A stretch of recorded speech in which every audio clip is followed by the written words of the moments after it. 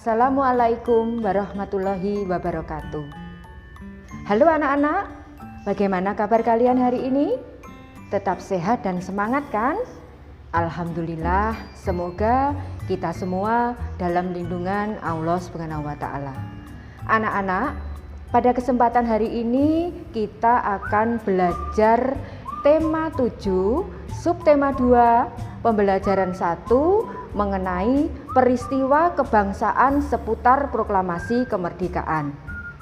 Anak-anak, kita harus tetap semangat dan waspada karena pandemi belum usai.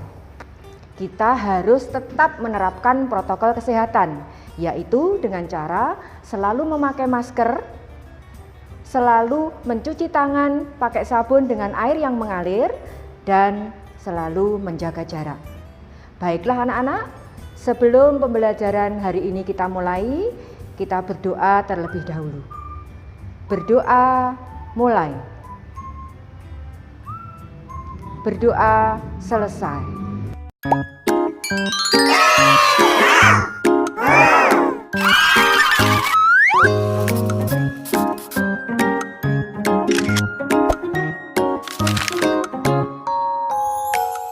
Anak-anak, bangsa Indonesia pernah mengalami masa penjajahan cukup lama. Dalam masa penjajahan itu, bangsa Indonesia mengalami banyak sekali penderitaan. Oleh karena itu, bangsa Indonesia berusaha untuk melepaskan diri dari belenggu penjajah untuk menjadi bangsa yang merdeka. Namun, usaha untuk memperoleh kemerdekaan tidaklah mudah. Bangsa Indonesia harus melalui berbagai rintangan dan peristiwa sejarah yang panjang yang perlu dicatat dan menjadi pelajaran sejarah kehidupan bangsa. Anak-anak, terbentuknya Negara Kesatuan Republik Indonesia tidak hanya cukup dengan pembacaan naskah proklamasi kemerdekaan pada tanggal 17 Agustus 1945. Namun melalui berbagai tahapan dan peristiwa. Adapun tahapan dan peristiwa adalah sebagai berikut. Pada akhir bulan Juli 1945, Jepang setuju untuk memberikan kemerdekaan kepada Indonesia pada tanggal 7 September 1945. Namun pada tanggal 6 dan 9 Agustus 1945, kota Hiroshima dan Nagasaki di Jepang dibom atom oleh tentara sekutu. Masih ingat anak-anak? Negara-negara yang tergabung dalam sekutu, Amerika Serikat, Inggris, Uni Soviet, dan Cina. Kabar kekalahan Jepang sampai ke para tokoh pergerakan nasional. Kemudian pada tanggal 15 Agustus 1945, Jepang menyerah tanpa syarat kepada sekutu. Akibatnya terjadi kekosongan kekuasaan. Kesempatan inilah yang kemudian dimanfaatkan untuk memproklamasikan kemerdekaan Indonesia. Peristiwa pembacaan teks proklamasi. Pembacaan teks proklamasi dilaksanakan pada hari Jumat, tanggal 17 Agustus 1945 di rumah Insinyur Soekarno. Sejak pagi, banyak tokoh pergerakan nasional beserta rakyat berkumpul di tempat itu. Mereka ingin menyaksikan pembacaan teks proklamasi kemerdekaan Indonesia. Sesuai kesepakatan, pembacaan teks proklamasi kemerdekaan Indonesia akan dilaksanakan di rumah Insinyur Soekarno, Jalan Pegangsaan Timur, nomor 56, Jakarta, pada pukul 10 pagi. Adapun susunan acara dalam upacara pembacaan teks proklamasi sebagai berikut. Yang pertama, pembacaan teks proklamasi. Yang kedua, pengibaran bendera merah putih.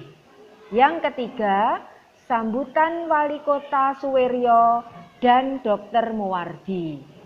Upacara proklamasi kemerdekaan berlangsung tanpa protokol dan berlangsung sangat hening. Nah, inilah pembacaan teks proklamasi yang dibacakan oleh Insinyur Soekarno dan Muhammad Hatta.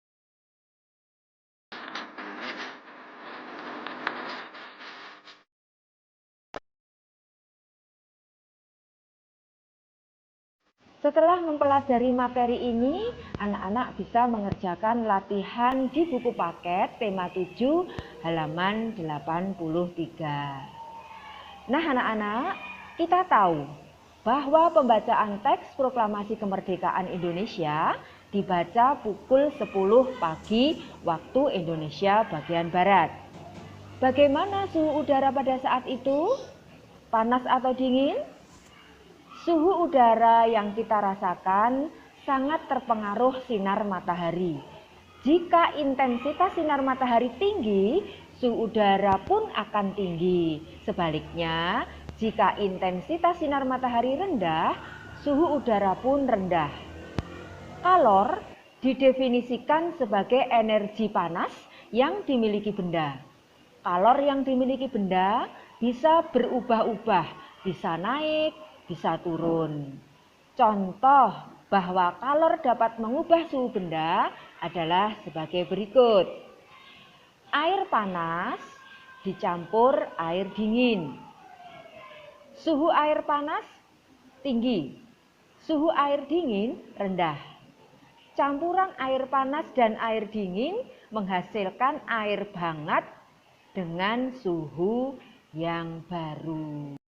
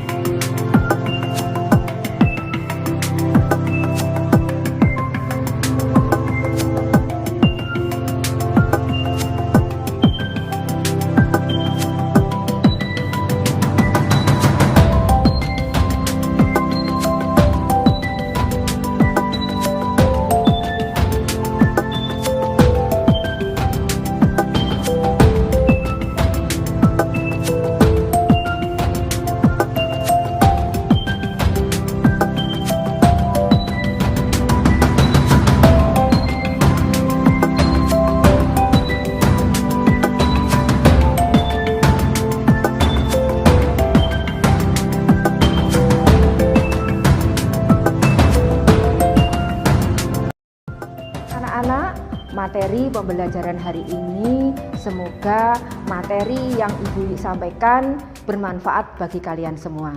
Demikian, ada kurangnya Bu mohon maaf. Wabillahi taufik wal hidayah. Wassalamualaikum warahmatullahi wabarakatuh.